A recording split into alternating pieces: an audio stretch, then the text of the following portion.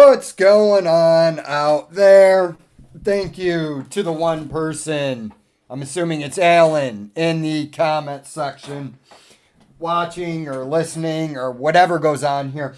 Anyways, what are we going to talk about tonight?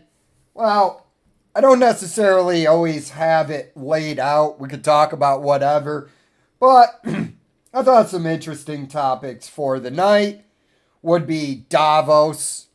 We'll talk about that. Give me a second. The madness in Minnesota that's going on after apparently this ICU nurse or whatever ended up being unalived. And Erika Kirk. I just can't trust this woman. Look, the whole grieving widow thing. I'm not really going for it at this point. There's too many unanswered questions about this woman. But let's get back to Davos. Davos, World Economic Forum. Thanks, brother. Thanks, man. I hope you're doing well, too. Thanks, man. Thanks for tuning in. But Davos, World Economic Forum, if you don't know who these people are, these are these people that tried to push global communism on everybody because they're worried, basically, that the plebe class will come for the heads of these parasitic ruling class assholes if capitalism fails. Capitalism can't fail unless you have interference from outside dipshits, right? This is the thing I don't get. I never got this about Marx. Late stage capitalism. What the ruling class is worried about, in my opinion, obviously. I don't know. I'm not privy to these meetings of ruling class assholes. What I think they're most afraid of is deflation. Why? Because you're running out of people.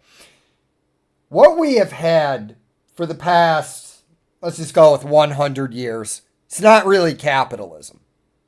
It's just not. Now, I don't think capitalism solves every problem. I just think that capitalism is the best system that we currently have. It's not perfect. Tell you that right off the bat. It's not perfect. But again, it's going to depend on where you start your narrative, right? Now, if you talk to a commie, a progressive, what they'll say is capitalism has failed because it hasn't achieved equality. I don't even know what equality means, to be honest with you. I think that's actually a stupid way to look at things, right? I think people should be rewarded for their effort and success. Look, when you're talking to these commies about this, because I'm going to get into more what really happened, what's really happening. The cycle was unsustainable, okay? And we've run out of people. If you want, the United States, for example, if you want to have an empire, you need people to man the military. We don't have enough people to man the military and work, right? This becomes the problem. Every bullet you fire, every soldier you train, in actuality, is a misallocation of capital.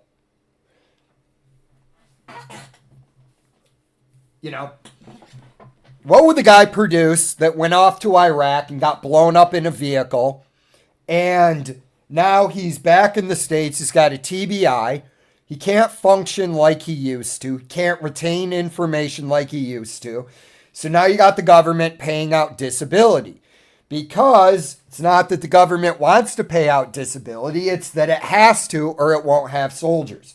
You can do conscription in certain areas, and I guarantee you this. If it ever got bad enough for the military, the U.S. would try conscription, and if that failed, they'd then try force. But you send a guy off to war, right? As to say Iraq, which was a useless engagement. I actually don't think any of the stories that we got on Iraq and the reasons behind it, what I think really happened, and this is pure speculation. So don't be down in the comments. Oh, you stupid shit. You can, whatever. You can put that in there. It's not going to bother me. But what I believe, one of the calculus, part of the calculus for the Iraq war, and I think it was multiple things. Some of it I think was just mismanagement. Some of it I just believe is, military industrial complex bullshit. But I think some of it was a stock market crash. And even though Newt Gingrich and Bill Clinton constantly brag about this, they didn't really do it. And that was the balancing of the budget. Alan Greenspan warned them. Because the U.S. is the reserve currency and our treasuries function as pristine capital, that we actually can't balance the budget. Okay. Capitalism, though, can't really fail, because this is all capitalism is. This is why I'm just making this stupid, elaborate point. Capitalism is as simple as this. You sell your labor for money. It's basically it. You can exchange goods and services. That's it. That's what it is. After that, you're just adding shit in. Okay. What I think ruling class elites are terrified of is a world that they've been responsible for creating because they fucked up, like they always do. World War I was about some rich elite family's property. That's really all it was. Now, they can say it was about the assassination of Archduke Ferdinand, right? This never made sense to me in high school. That's the story you get. The reason World War I broke out is that Europe was a powder keg. Some of it was the death of old empires. Thucydides' trap. But they go, and in Serbia, I think it was it Serbia or Montenegro? Wherever. I'm not looking it up. I'm going rote. The Archduke, he was assassinated. And that kicked off World War I. Right. Yeah, sure it did. That was really about the elites protecting their property. Or the elitist. So, the people you're seeing at Davos, they have spent 100 years on this globalist experiment. What's going on, Jay? What's going on, man? They spent 100 years on this globalist experiment. They encouraged abortion. They encouraged people to have less children so they could be efficient corporate drones.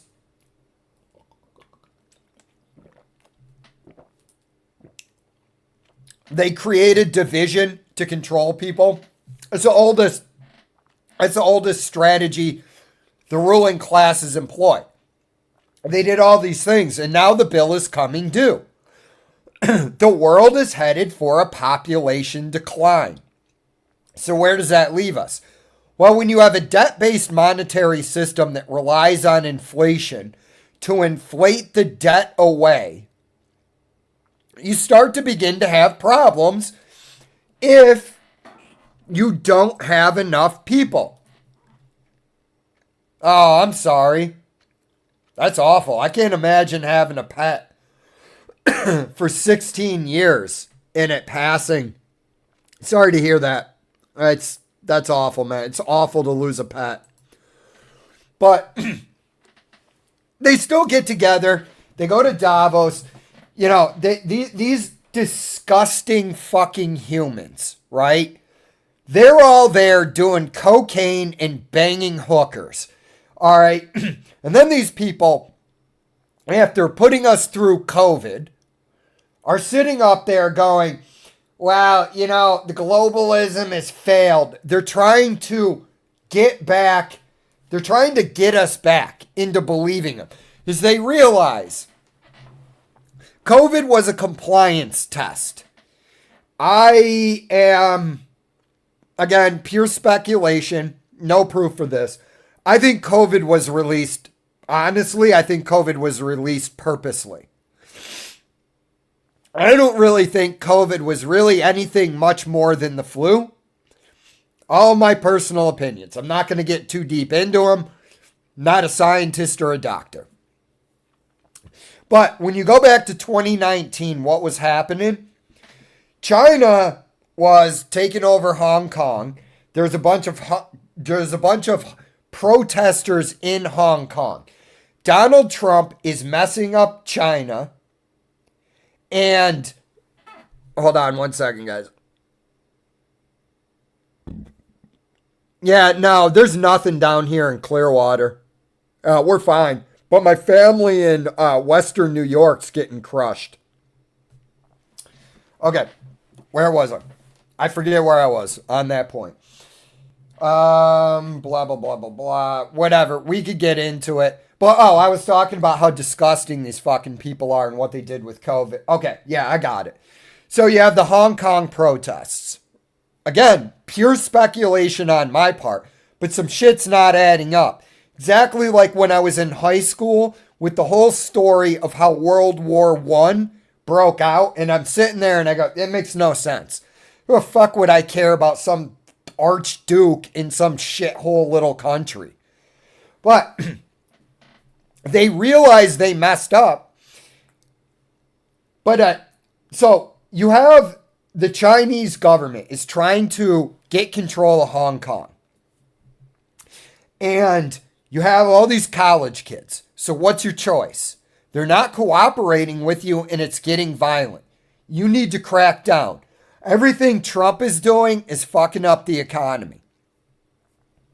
Level 4, back here in the United States, they didn't like Trump and they wanted to sabotage his presidency, which tells me something about what Trump was doing was correct. They released COVID, you go into the lockdown, you'll own nothing and be happy. And my joke about that always was, well, I'll own my guns or I won't be here. That, you know what I mean? This is like one of the most offensive things that I've ever heard. You'll own nothing and be happy. So now you get to tell me how I feel about owning nothing? All right. But they realize their plans have failed because, again, they're short-sighted. Anybody with a working brain would sit there and go, is this a long-term plan that you have to force women into the workplace, have them abort their children? But again, why do you think that started after World War II? They needed to man the empire. After World War II, the United States basically, all right, we'll have the reserve currency. We have the only navy still intact. We'll patrol the seas and establish order. But you need to man that. So what did they do? They got women out of the home. They started encouraging abortion because they wanted people in their corporations because these bureaucracies function along with the military. Okay. And, to be honest, we all enjoyed a higher standard of living. But again, there is a new system that is coming on the horizon. Personally, I think everybody that's saying that's going to happen within the next couple of years, I think you're wrong. I think it's going to take decades to play out, and we don't know what it's going to be. But in the meantime, let's have some fun laughing at the World Economic Forum and these clowns. You know, these people just amaze me. They just amaze me. They stand up there making pronouncements. And I don't know any human being that takes Larry Fink serious. So let me find what this Studs. Not doing this Jake from State Farm. All right. Where is he? Where is he talking in here? I don't need to hear this woman talking. All right, here we go. By what we talk about here will never come to this conference. That's the central tension of this forum. Davos is an elite gathering trying to shape a world that belongs to everyone. Hear it in his voice? It's an elite gathering. It's always in the language, man. It's an elite gathering. Oh, these are the best, bright, and these are the smartest people in the world. Sorry, guys. I hit the sauna hard today, so the brain at this point is not going to be operating at 100%. I should have spent less time in there, but thus is life. Oh, this is an elite gathering of a bunch of dipshits that only manage to fuck everything up constantly. If you guys would have, we need to put a minimum wage in. If you would just let the fucking market work, we would all be wealthier. That is why this year's theme is the spirit of dialogue, because dialogue is the only way a room like this can earn the legitimacy to shape ideas for people who aren't in the room. Okay, let me analyze what this douchebag just said. Let's go back. I want to listen to that one more time. I want to listen to this dumb fuck. Well, he's definitely not a dumb fuck, and I shouldn't call him that. But I want to listen to this elitist asshole, what he says again. A room like this can earn the legitimacy to shape ideas for people who aren't in the room. What they're doing there is they're trying to reestablish a new narrative. This is just actually fascinating. I wish I was sitting across from Larry Fink so I could go, oh, get me on board with your new plan that you have for me. Who is this guy to sit here? I tell you what I really think. I think this guy is a very intelligent man who's also Luciferian. I think this guy believes he can bring about the utopia, and that is the most dangerous type of individual. He's out for himself, but again, we need to earn the right to shape the narrative. Again, I would look at Larry Fink on stage at Davos and go, why would I give a fuck what any of you think about anything, right? I'm a normal working man. Why would I tune on the TV for you to tell me what the narrative is? Why is it you think I need you to tell me how to think? So this is like the most infuriating part of all of these elites in their plans. It infantilizes the working class and the poor. Really, like, look, okay, tomorrow, aliens come down and they kidnap all of these ruling class dipshits. How much do you think your life would change? I mean, really. Like, they abduct the political class and the managerial class. Oh no, we don't have any more people to fill out Excel spreadsheets. And, you know, it's like the temerity of these people. Let's see what this douchebag's saying here.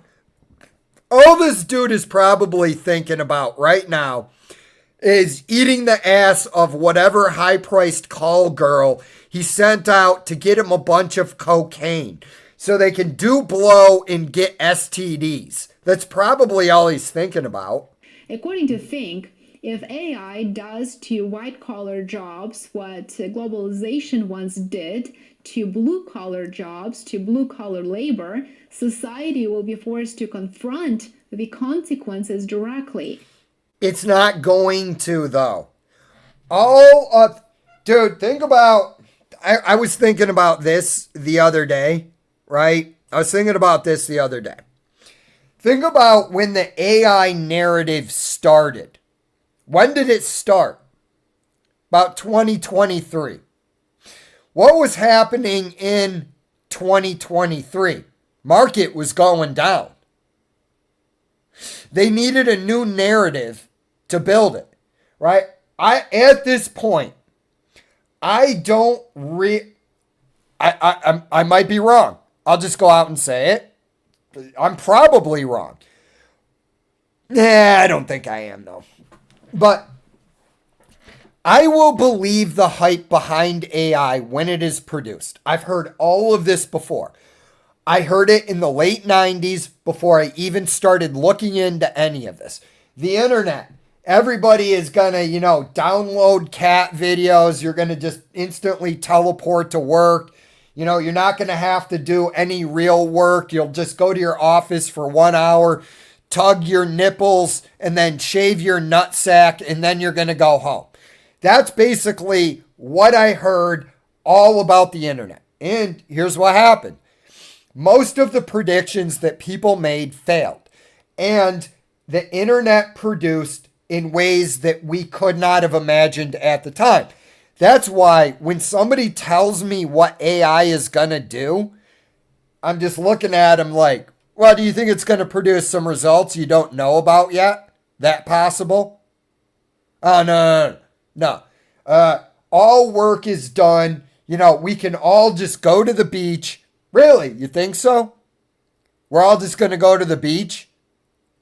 I'm not even sure what would happen if we eliminated work tomorrow anyways. And how would you eliminate work? Because how do you define work?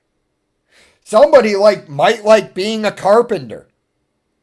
They might not find that to be a job at all. They're like, I can't believe people pay me for this. I just come to work, shape some wood, throw some nails in it, throw some stain on it, and I go home. Right? But yeah, we got Larry Fink here to explain to us. I'm going to turn to this. Okay, let's see what this douchebag's saying here. Let's cover 10. Fuck off. I don't even know what this is. All right, sweet. Let's skip this ad. Be ignored. Larry Fink did not suddenly discover empathy. No, he didn't. He didn't have a moral awakening, let's be clear, and he didn't all of a sudden become a champion of social... Yeah, they're all worried. I wouldn't be surprised if a global war breaks out to save the elites, to be honest with you. We're in the same situation we were 100 years ago. The ruling class has mismanaged the empire so bad because the lions that built the empire are gone. And now what's left in their wake are their boomer liberal children. Do you guys honestly think that liberalism was just naturally introduced? How about feminism? Do you think that was just that just came about organically? Or do you think the rumors I've heard that it was like the Rockefellers and a bunch of other ones, they wanted the double taxation of income? They're worried that if the system fails, they're all boned and, we'll enact justice on them. Like my idea of just putting them all in jail. Justice. His speech was not about fairness. It was about survival, and more specifically, the survival of a global managerial and financial elite whose authority is no longer accepted as self-evident. What Fink articulated here, very carefully I would say, is something that has been understood behind closed doors for years, probably even decades. The old model of capitalism has stopped producing public consent. You see where I'm going here, right? Now that the top 1% knows that the public does not trust them, the rules of the game must be changed, and they're changing. For decades, elites defended the system with macroeconomic numbers, such as GDP growth, market capitalization, stock indices. But the message was very simple. The economy is growing, therefore everyone... Yeah, that was all bullshit. Market cap has nothing to do with the underlying value. Everybody knows that, but... will eventually benefit. Well, that argument no longer works. It has been proven wrong. Growth still exists, sure, but its rewards are increasingly concentrated. You work very hard your entire life and you barely make ends meet. For large parts of society, the question here is who will shape the transformation and who will be forced. Let me ask you guys a question. Any of you actually want to listen to any of these douchebags on stage? Like, honestly, if any of these douchebags approached you in real life without their private security and started telling you what to do, what would you do to them? Like, look at these people. Like, why would I listen to any of them? I don't get it. I don't get why anybody listens to these people anyways. But, yeah, that was my bad. I probably should have added this picture to the stage. But, yeah, would you? I mean, honestly, if any of these dudes... Does anybody on this stage scream leadership that I want to listen to? Anybody? I don't get it. I really don't. I just look at these people. Look at this fat jamoke right here. Look at this dude with his belly hanging over his pants and his belt. I'm going to listen to this guy. He's going to tell me, hey, you will own nothing and be happy, and we need to fight climate change. You know, and dude, let's listen to Jimmy Dore. Sometimes I'm with Jimmy, sometimes I'm not, but... Welcome to the next generation of website creation. Wix Harmony. Get the power... We knew the story of the international rules-based order was partially false. Whoa. We knew... Right there. There you go. These people can lie to you, but you can't lie to them. This dude is admitting, yeah, the rules-based order, that was just a nice story we all told you. That, you know, we were being nice to these countries, but, you know, really, we're doing what empires have always done, bully smaller, weaker countries. I mean, that's basically how the game operates. And let me see what Jimmy Dore has to say. We knew the story of the rules-based order was partially false. Really? Because you helped make it up. Here we get, right? Because you helped make it up. Rules-based order, and now the Prime Minister of Canada is now agreeing with Jimmy Dore that the rule-based order was always false. But first, I want to show you how I broke it down before. Just in Ukraine's interest. It is in the global interest to protect, as the Secretary pointed out, the rules-based international order.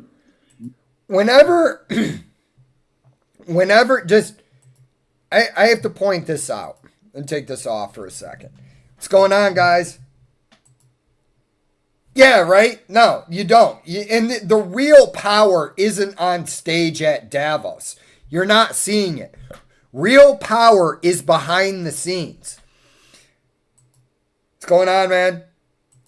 Heard the truckers are... They might be, man. I don't know what to tell people. Some people are pushing crickets and grasshoppers for the unwanted. Yeah, right? Did you see that? Did you see that video where Nicole Kidman was up there eating chocolate-covered bugs or something? Like, I'm going to get involved in that because Nicole Kidman.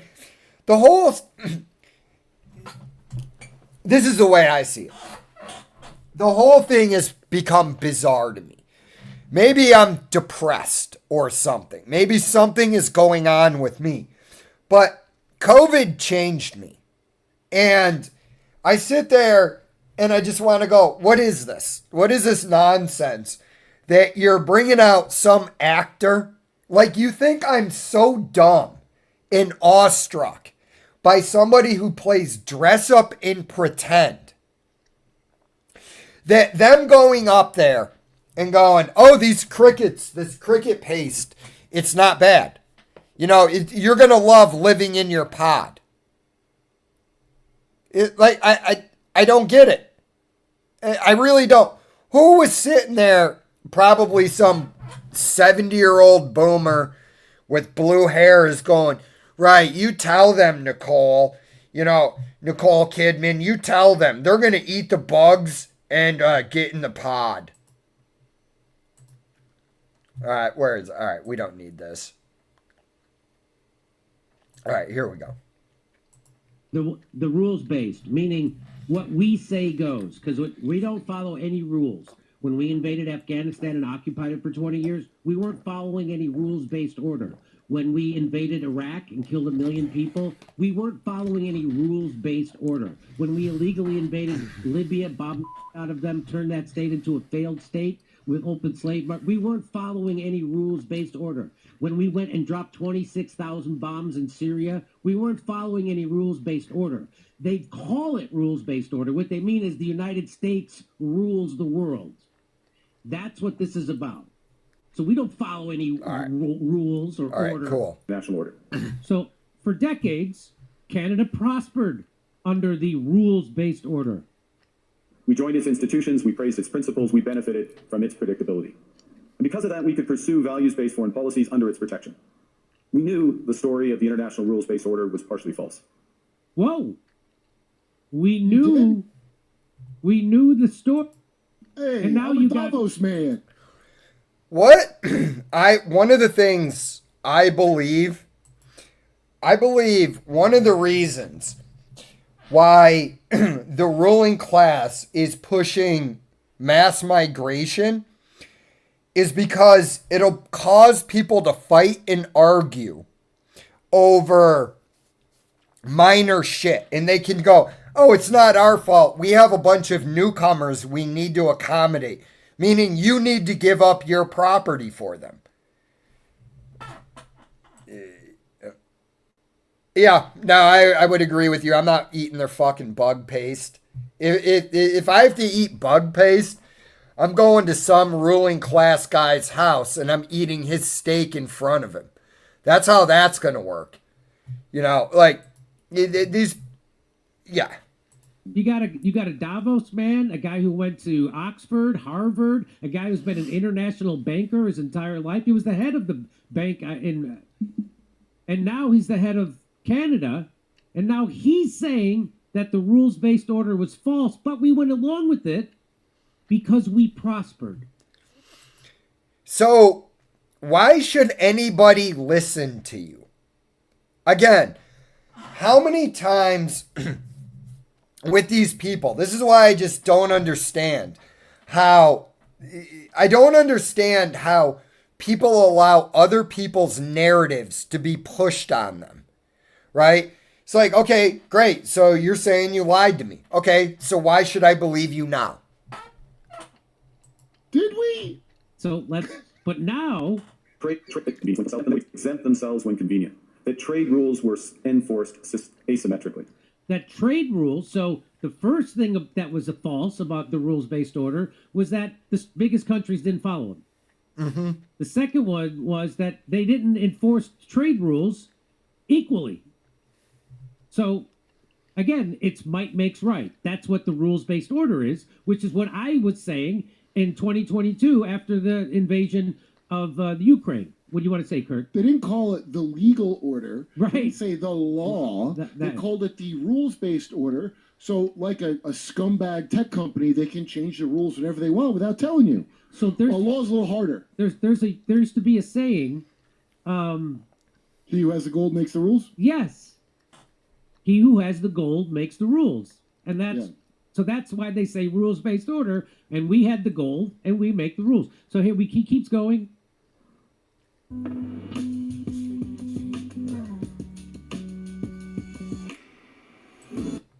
And we knew that international law applied with varying rigor depending on the identity of the accused And international law. All right, Jimmy, let him. or the victim. This fiction was useful. And American hegemony in particular helped provide public goods, open sea lanes, a stable financial system. So he's saying this fiction, You take this hard. right, and thing, because we all prospered under it. Okay, Well, I said something and you said something. but I said something. That's weird. Oh, he means him and his dickhead friends prospered. That's right. Here we go. Collective security, and support for frameworks for resolving disputes. So we placed the sign in the window. We participated in the rituals. And we largely avoided calling out the gaps between rhetoric and reality. This bargain no longer works. All right, we got to switch because I can't have Jimmy Dore constantly jumping in. It seems that every day we're reminded that we live in an era of great power rivalry. Would you listen to this guy anyways? Like who? Like these people are all so smug. That the rules-based order is fading. That the strong can do what they can, and the weak, and its fragility comes from the same source. When even one person stops performing, when the greengrocer removes his sign, the illusion begins to crack. Friends, it is time for companies and countries to take their signs down. For decades,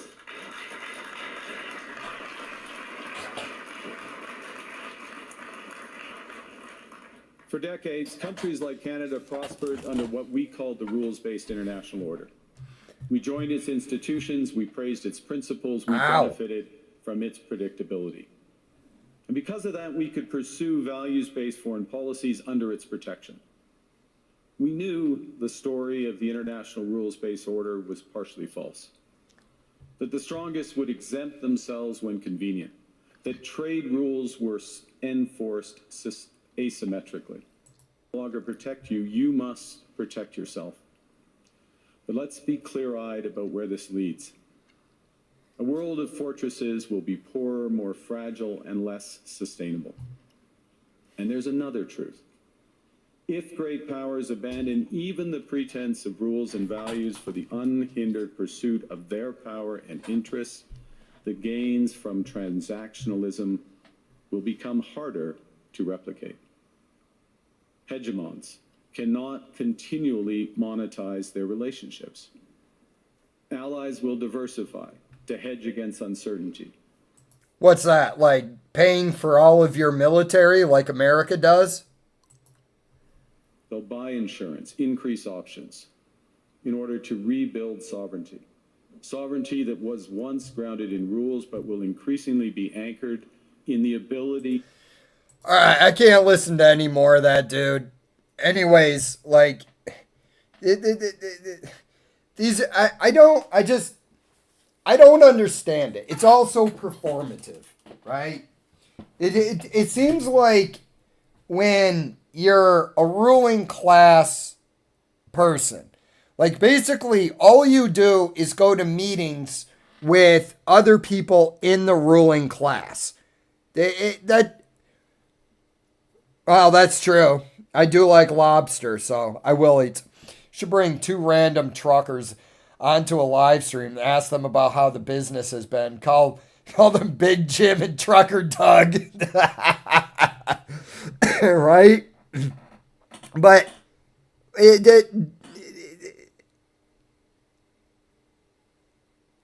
not my problem. My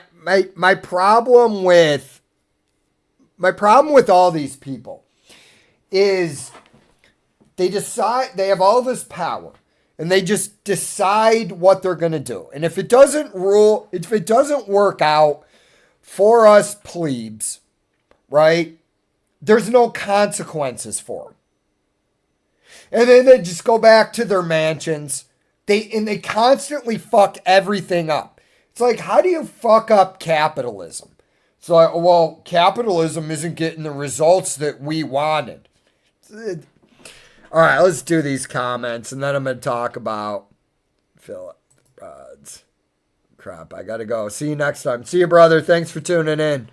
It's terrible. Canada is simply giving. Well, bro, I love Canada. I love Canadians, but those people up in the Ottawa area, in Toronto area, have completely lost their minds. It's what cities do to you. Yeah, well, whatever. Yeah, but it is what it is.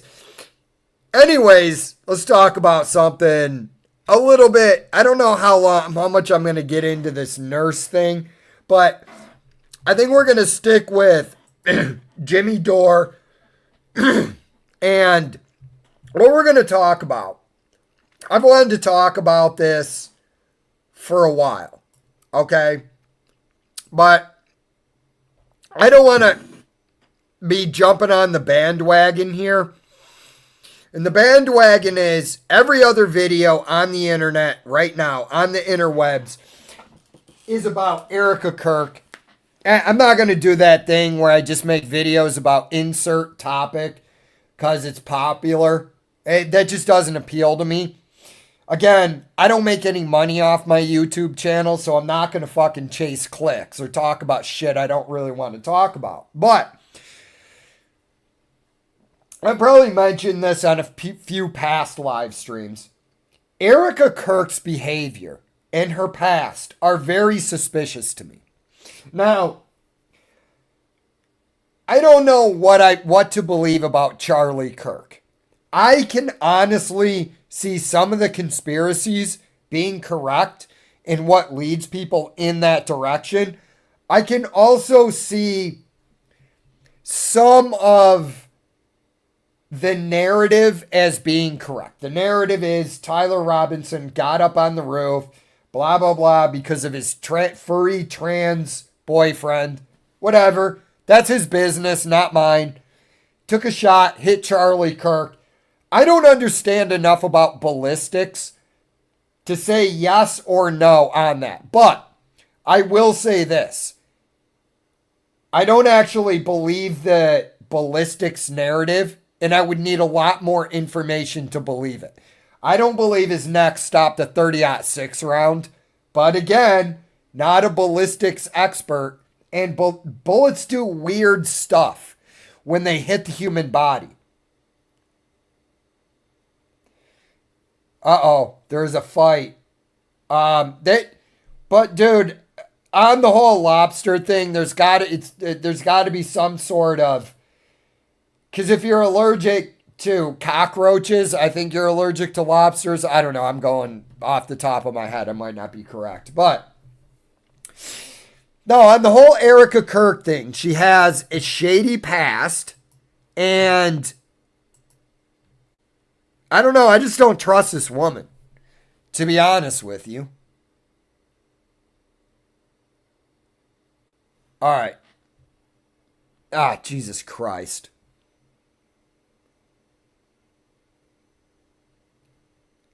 Video. Thanks, Colonel Otto Buscher. Romanian. I'm going to let this play real quick. I got to run to the bathroom. He was accused in 2019 criminal complaints of running a brothel with underage girls at a nearby U.S. base. Her operation was in Constanta, the epicenter of Romania's trafficking scandal, exposed by Al Jazeera and the New York Times at the exact same time. The charity shut down with no records, no investigation, and no answers. This isn't a coincidence. So more on the Erika Kirk background. Shady background that involves a lot of child trafficking type deals. So this is from JGTV. He says Erika Kirk's Romanian Angels charity operated in Constanta, Romania. The exact time and place. See, this is my problem. This is my problem with the whole Erika Kirk narrative, is because there's just way too much stuff from this woman's past that doesn't make sense to me. Like, there's so much in the media that doesn't make sense. Like, Monica Lewinsky gets a job with a top handbag designer after the whole Bill Clinton thing.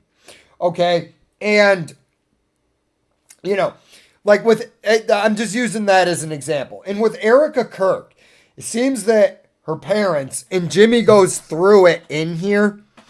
He goes through it. It seems like she has a lot of connections to the deep state. Of a notorious child trafficking epidemic. She partnered with U.S. Marines and thanked the commander, a guy named Otto Buscher, who was later accused in Romanian media of running a brothel for minors at an Angels charity working with orphans who are being trafficked. And here's a little bit of it. I believe that we all have angels in our lives, and these are my little angels from Antonio Placement Center in Constanța, Romania. Our goal with the Romanian Angels Project was to show these children the true American heart during the holiday season. And what better way to do that than having our United States military personally deliver the gifts? What? Yeah. What? You're hooking up with a killing organization to help orphaned kids? That doesn't make any sense to me whatsoever. Well, to me, none of the narrative, to me, none of that narrative actually makes sense. Okay. Erika Kirk, at the time she was doing this, was like 16 or was like 17 or 18 years old. Again, it's really about the connections. That's what you have to pay attention to. And you got to not look where they tell you to look. You have to look beyond it. You're hooking up with the U.S. military, and now, if you're a regular viewer of Candace Owens, you're quit. So, and remember, the kids are the gifts. So here's the end of that video. Let me show you. Sometimes the greatest charity comes from the most simple forms of kindness. It doesn't matter where you came from or what your weaknesses are or your strengths. What matters is that you cared enough to change a child's life with a moment in time that they wish could last forever. Dude, this is also grandiose. Look, don't get me wrong. Children, giving children gifts is great. But this whole thing here, like the way she wrote, I don't even know if she wrote that little speech she was doing, that voiceover, but it's also grandiose. And so, self-indulgent. It's like, dude, who are these people? Where did this woman come from? How did she conveniently meet Charlie Kirk? I don't know. These are the questions All right. Of a brothel at the American base, documents with the offers they made for the girls' services. So this is this guy. So that was the guy at the end of that she's working with. That's this guy. Romanian Angels. There it is. Romanian Angels. All right. Agencies and an illegal global conspiracy to sell organs for transplants. Yeah, that is something that goes on. For the people that think that like organ harvesting is a conspiracy, think about it. You got the money, somebody's willing to go out there and do some like nasty stuff. Wait, oh. All right, what are you saying here? See you, buddy. Okay, that's where we were. Worked through these. Yeah. Wrong, it's okay. You don't need to take it. I was just joshing. Nobody is going to lose their... Oh, dude. I like lobsters, bro. Why are we crapping on lobsters? I had no idea it was so much older than Kirk. I don't get why he would marry a much older woman. It's not wrong. So, well, that to me, I don't know. You know, some dudes, they like older women. Some dudes, they don't care. They just meet this older woman and fall in love. But something is not right, in my opinion, with Erika Kirk. This is way too suspicious. She's connected to way too much crap, and it seems way too convenient to me how she took over the organization, right? Like, what is, here, where's Charlie Kirk's podcast, right? Charlie Kirk podcast.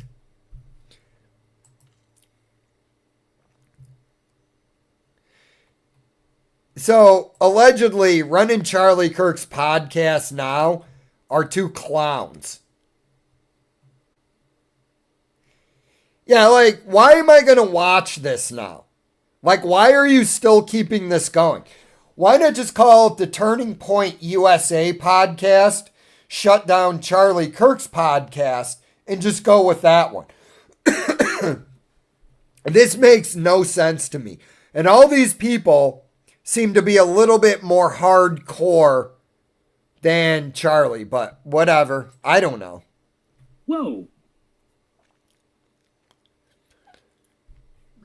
There it is. Romanian angel. Adopt a child.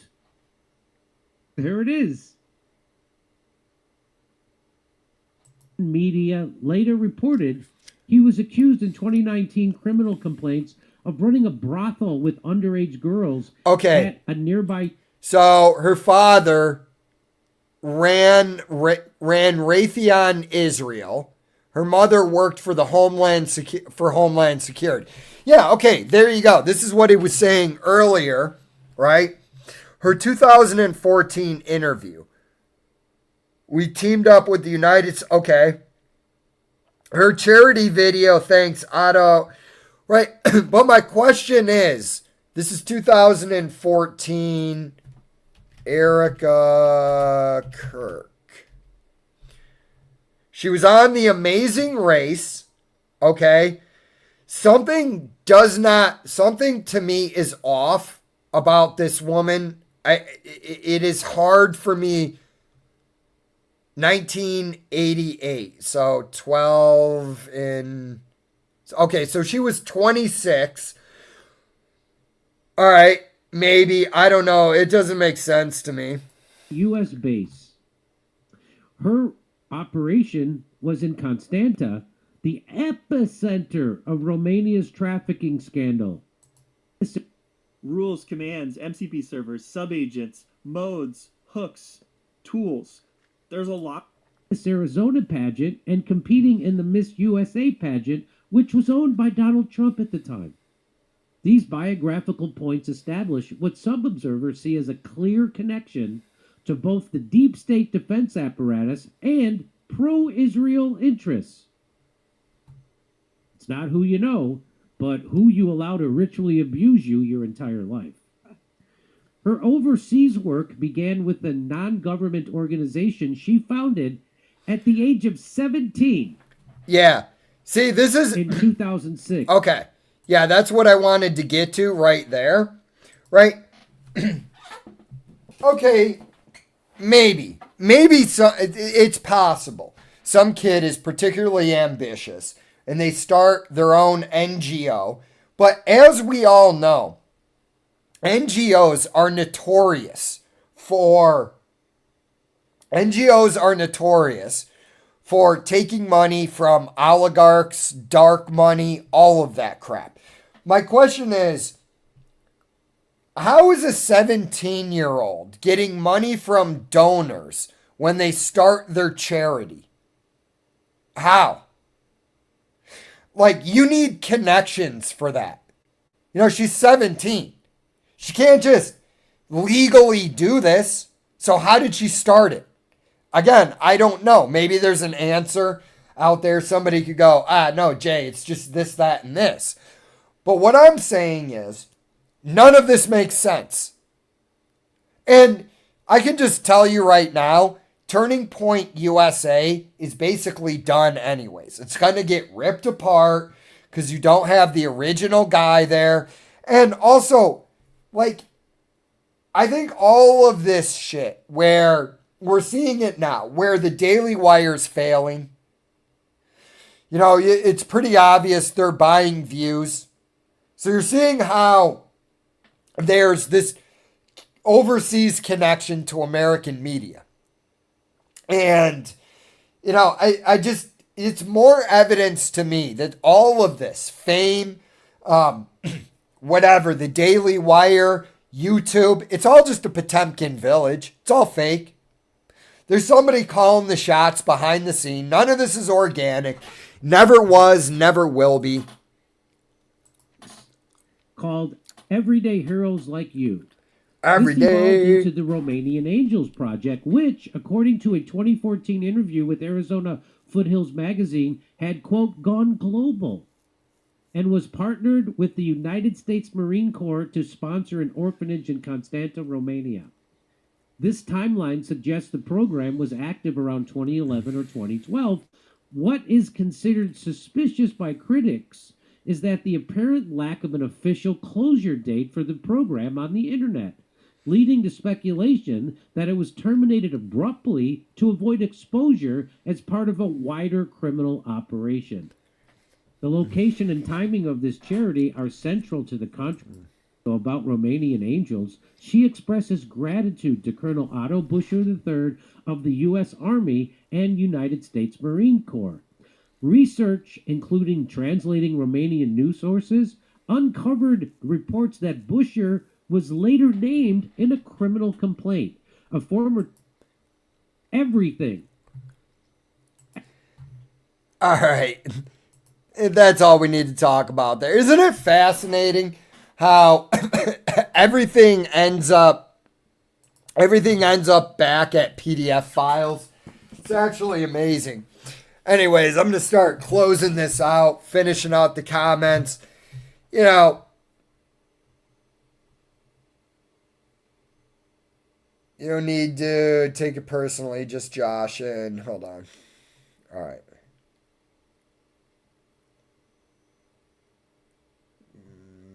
Okay.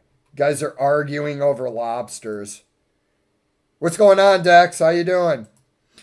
They're saying Erika and JD Vance are related to Michael Aquino, or I don't know who that is, or at least resemble him. Let me Google that person real quick.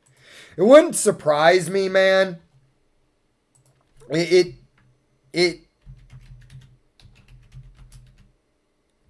Aquino. Political. Oh, that wouldn't surprise me. Was an American. Yeah. And Satanist. Yeah, that wouldn't surprise me at all. Yeah, this dude.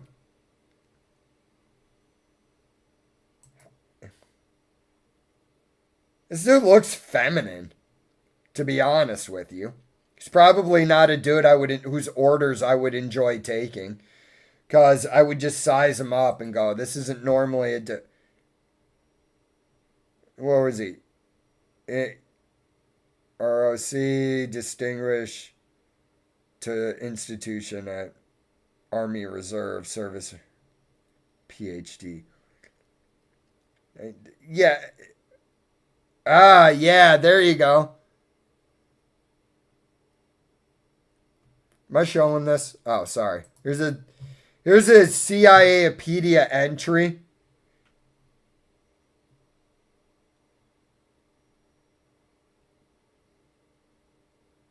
Yeah, it wouldn't surprise me, man. Most of these people, like, to be honest with you, I'm at a point now where I just assume if you're some, like, high up elitist, some ruling class clown somewhere, you're probably a Satanist. You know, I mean, that's what you can't practice the same religion as the plebes. that would give them ideas that they were equal to the ruling class. But that's just, I don't, there's just so many questions surrounding the whole Erika Kirk thing that if you're a fan of Turning Point USA, I don't know how you're sitting there and you're still going along with it. It doesn't make any sense to me. I mean, there's just, again, let's go back to all of this. Matthew Crooks, what happened to that dude? Did we get any information on that guy? It's kind of strange, don't you think? Yeah, like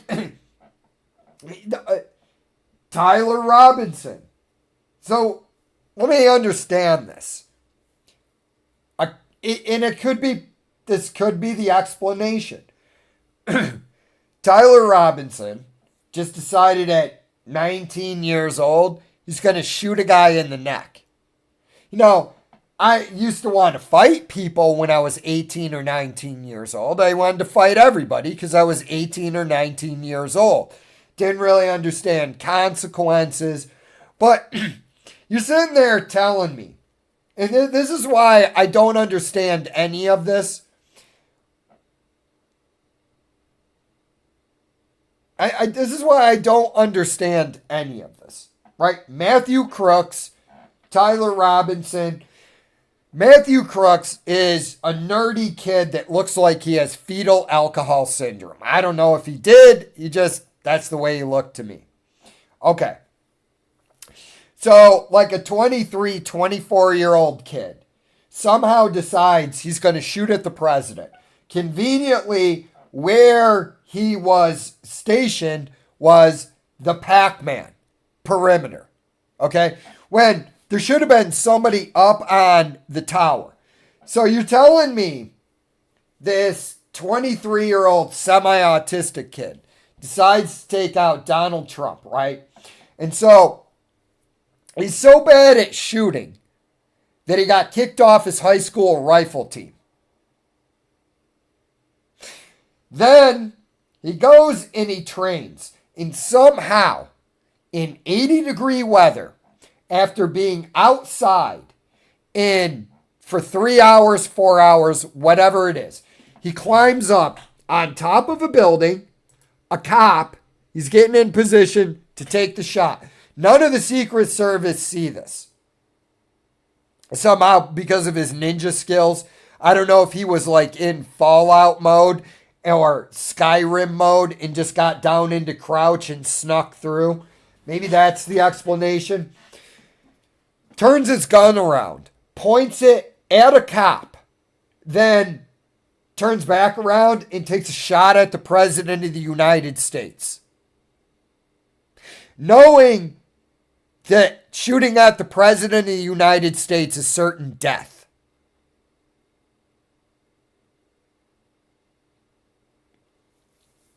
That doesn't make sense to me. I don't know about you, but my balls would be in my back of my throat at that point. You know, it's not even something I can really register in my head. Like, Jay, why didn't you pull off the assassination? Because it's stupid. That's why. You had all this time to sit around and think. And this 23, 24-year-old autistic kid somehow stands around like, I'm going to do this. That seems weird to me. Seems off. Doesn't make any sense. Jeffrey Epstein, obviously. None of that makes sense. Tyler Robinson. 19-year-old kid. Did some hunting. He's got his grandfather's Mauser. It's a heavy gun. What's a Mauser weigh? What? It's got to be close to 8 pounds. A Mauser weigh in pounds. Okay. Depends on which one. I don't know, but I'm getting 6.7 pounds to 9 pounds. 6.7 pounds isn't heavy, but I think he had the full length. So I'm going to say it was probably about 8 pounds, right? Climbed up on a building. Or he jumped off with the... Like the whole Tyler Robinson gun narrative doesn't make sense to me anyways. Okay, so let's run through what I'm told. So he found a stairwell, and I'm going to try to do this without straw manning it. Finds a stairwell, goes up on the building. He's 19 years old. He has no military training, allegedly. Sure, he hunted. He knows how to use that rifle. But one thing nobody is accounting for is nerves. I don't know, maybe he's a psychopath. It's possible. Gets up there. He shoots Charlie Kirk in the neck. Then disassembles his gun. I don't know if that's part of the narrative. Gets off the building, runs into a forest, plants the gun perfectly for the cops to find. None of this narrative makes sense to me in the slightest. Erika Kirk, somehow 17 years old, starts a charity. Somehow this 17-year-old woman working at the charity eventually works up to working with the United States Marines. Okay? And then one of the main guys there turns out to be a PDF file. Erika Kirk, I don't know what she's like in real life. But it seems to me what I'm seeing through the internets, it seems to be a woman acting. That's what I know. So now she's coming out, she's doing the whole rock star TPUSA thing. Right? Israel was getting pissed at him because Charlie Kirk was allegedly turning on Israel over the whole Gaza thing. Again, I don't know that much about Gaza, so I tend to look at it and go, yeah, there's people suffering in there. Hamas is in there too. Whatever. I don't really know what the right answer is there. Not that educated on it. Okay.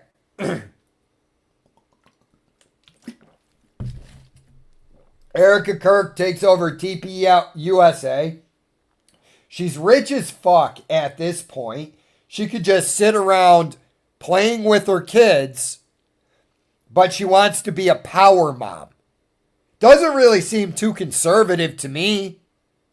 You know, you lost your husband. You'll never have to work a day in your life again. And you could even be involved with TPUSA, but behind the scenes. And mostly just caring for your kids till they're old enough. But no, you want to go out there after your husband is assassinated. Whoever did it, I don't know. I'll wait for the court proceedings. I'll see if I believe those. Erika Kirk's out there being super liberal working mom. Doesn't make sense to me. Anyways, I'm going to do these comments, get out of here. I got kind of a headache. They're saying, it wouldn't surprise me.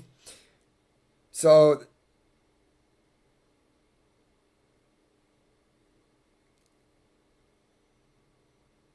yeah, dude, and that's what I don't know either. But she's doing the voiceovers on whatever TikTok video or whatever that was on Jimmy Dore. And, you know, again, I don't have, working 40 hours a week, right? Between the various things I like doing, I like learning about. I only have so much time to learn about these conspiracies. You know, the Greater Israel Project, all of that. You know what I mean? Like, so I don't know what was in that charity, but this is what I wish the internet would do. Just start digging. I'm not going to do it, but I just wish people out there would just start digging in to find out, you know, what's really going on. What's going on, stepsis, my epsis? Miss you, haven't been able to catch. No worries, mate. I don't really think, sitting around listening to my useless ramblings while you're staring at a hippo is necessarily the best use to your time anyways, but I appreciate any amount of listens or comments. You can be the same religion as the plebes. What you do is practice the Gnostic version of, yep. You say you, yep. Yeah, basically the whole Scientology route. Oh, I'm going to let you in on the secret. Me. Bro, I've assessed your raw IQ in like 30 seconds. You are not a dude I'm going to listen to about some fucking secret formula you're going to tell me later. Yeah, dude, no, that is basically, the ruling class, these psychopaths, their idea about everything is, oh, there's a movement, let's take it over and wear it like a skin suit. And then once the plebes catch on, they go, hey, why aren't you listening to us anymore? My fantasy for the entire world would be if people just stopped listening to the politicians in the ruling class. Just stop listening to them. You know what I mean? When they're like, okay, this is the direction we're going, it should be like herding cats. Like, all right, so we want to get to a world with no gun violence, so you're going to have to give up your guns. Right, you first. And I'm not giving up mine, so fuck off.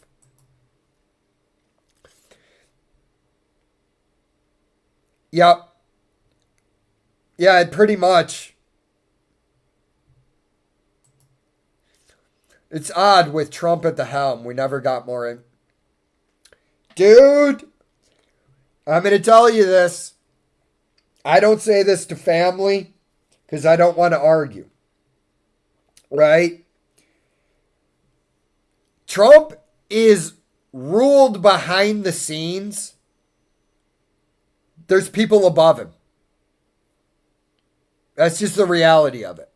There's people above Trump that are really calling the shots. Now, I believe the president does have some say and power. Okay? I don't think it's a total figurehead role. But there's people behind the scenes going, nah, that's not happening, and that's not happening. So Trump doesn't have as much control. And what is Trump going to do about that day? Is he going to come out and tell the truth? That destroys the Secret Service. Because, I mean, that was like that was almost like, that should have been a wake-up call. That was childlike.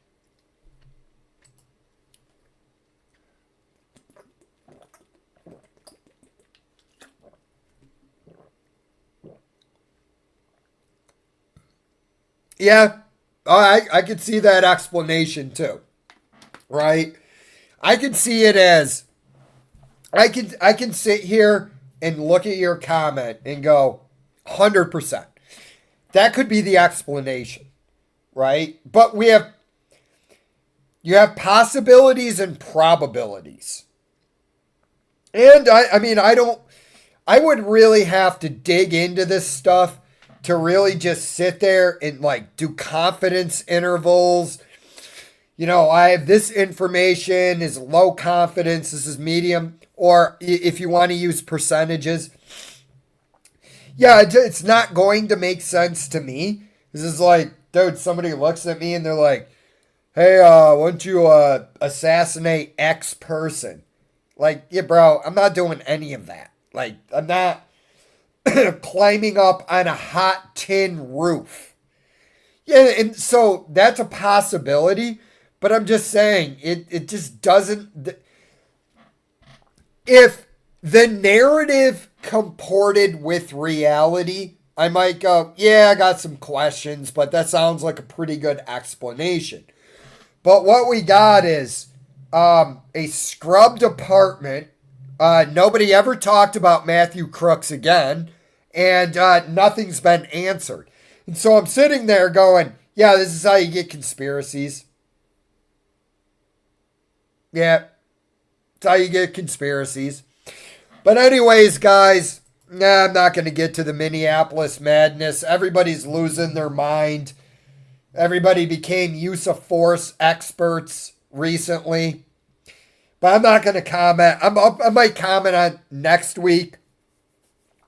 Try to do a little bit less time in the sauna. So, I still have more comments. Yeah, I would agree with that. I don't think Trump is conservative. I think Trump is a 90s Democrat, to be honest with you. And it is what it is. You know, like, I don't know. The boomers came up in a different era. And, you know, my family loves Trump. I'm not going to sit there and argue with him. And I mean, I have my criticisms of Trump, but overall, I just go, yeah, it is what it is, man. Not going to get fired up by this shit. It's just a distraction when you get mad.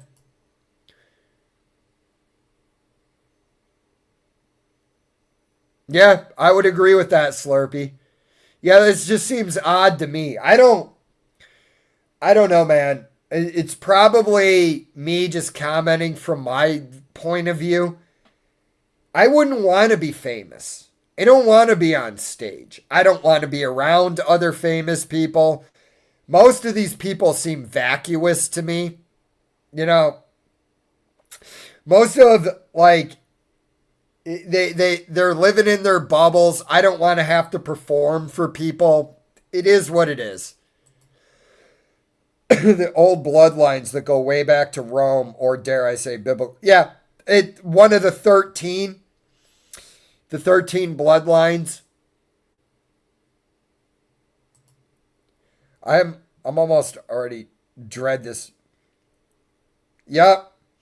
And it's so they can win. You know, Democrats don't want their slaves deported again. You know, that the whole Minneapolis thing. It's amazing to me because it's just perfectly obvious that there's dark money behind all of this.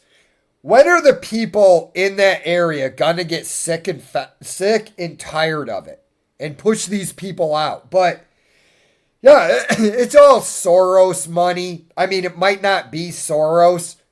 I suspect he has a hand in it. But these are all paid agitators.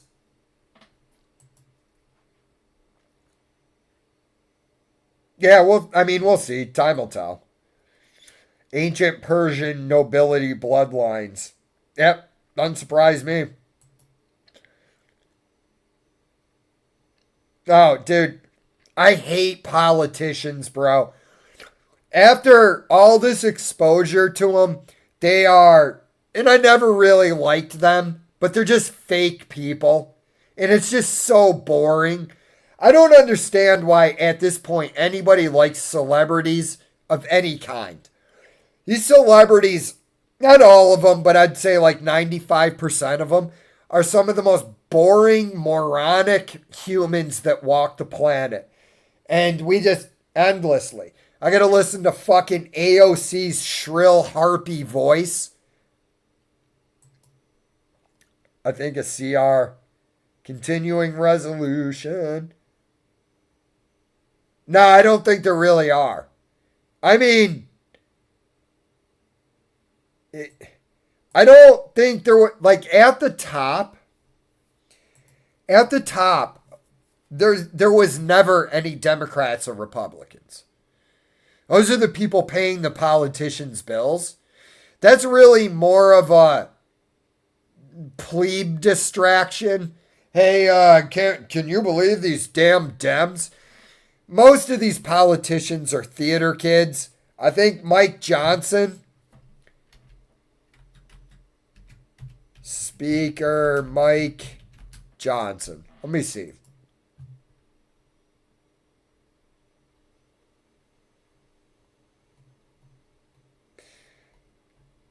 Let me see. IMDb. The fuck? Fuck off. IMDb. DB.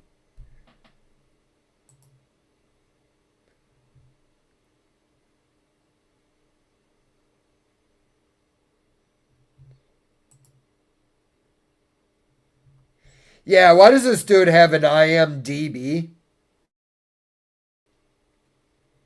Maybe that's common because he's a congressman, but let me see something.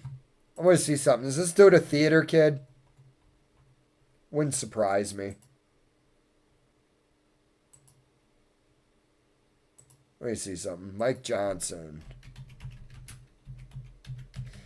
Dude, I was playing around, and you'd be surprised how many politicians are actually theater kids. Let's use CIApedia.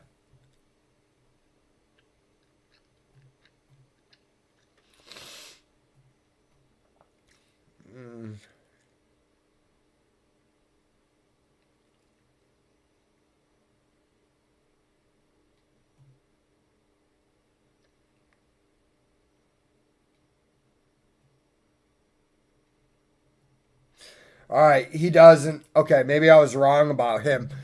But a lot of politicians, they're actors.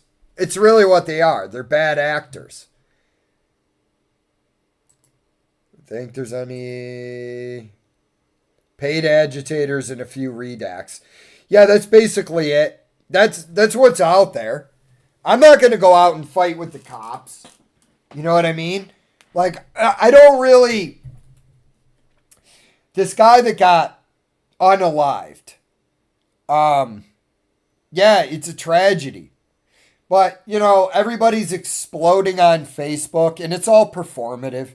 It's how pathetic this is all gotten, right? They take to Facebook. They sit there. Facebook is useless, right? The only thing that's on Facebook are boomers looking at their Gen X grandchildren, their grandchildren from Gen X. That's basically it. It's Gen X and boomers arguing about politics, mostly on Facebook, right? So I've been watching the comments on this whole thing, and you know, it's like, if you had to ask me what my thoughts are, it's before I do anything, I'm going to wait a week or two for things to calm down, because your initial reaction is from emotion is wrong. The whole George Floyd thing. George Floyd, that was the last time I ever reacted to something I saw in the media. I was upset about George Floyd, but I wasn't seeing the reality of it. I got tricked. You can trick me. I do most things in good faith. But they also gave away the game. So with the George Floyd thing, you know, people were wrong. And Derek Chauvin is basically a national sacrifice. If I was Derek Chauvin, I would have nothing but seething hatred for everybody involved in me going to all those cops. Derek Chauvin did what he was trained to do. That was the procedure. George Floyd died of a fentanyl overdose. Facts. Okay. Well, Derek Chauvin murdered him. Fuck that dude. That's honestly, fuck George Floyd. Pointed a gun at a pregnant woman's belly. You know? He was chewing on a speedball with fentanyl in it, and he died of an opiate overdose. Okay. Right? All of that should have come out. But here we are again. Are we going to put another ICE officer? I'm not a use of force expert. So, you know, me commenting, I don't know what the facts of the situation are. And that's why I'm not going to do it. It's a tragedy, but in the same light, I'm going to tell you, it's probably not the best idea to go out there and try and fight with the cops when they're already agitated and on edge, and mistakes are going to happen. So don't insert yourself in the situation. That's what I'm saying to you. If it was a friend of mine, this is the advice I would give him.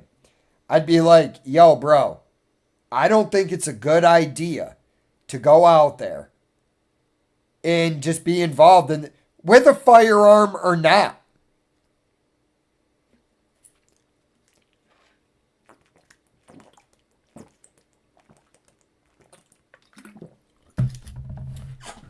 Anyways, guys, I'm going to call that a podcast now. And I'm going to thank you for all the comments. Thank you for tuning in. Next week, I will try not to crush myself in the sauna so that I can have less of a headache when I'm sitting here yelling into the mic. And I want to say to you guys, I hope you have a great week. Love y'all. Hope there's just good things for you. And hopefully I'll see you next week. Thanks for everybody's comments. And have a good night, guys. I'm out.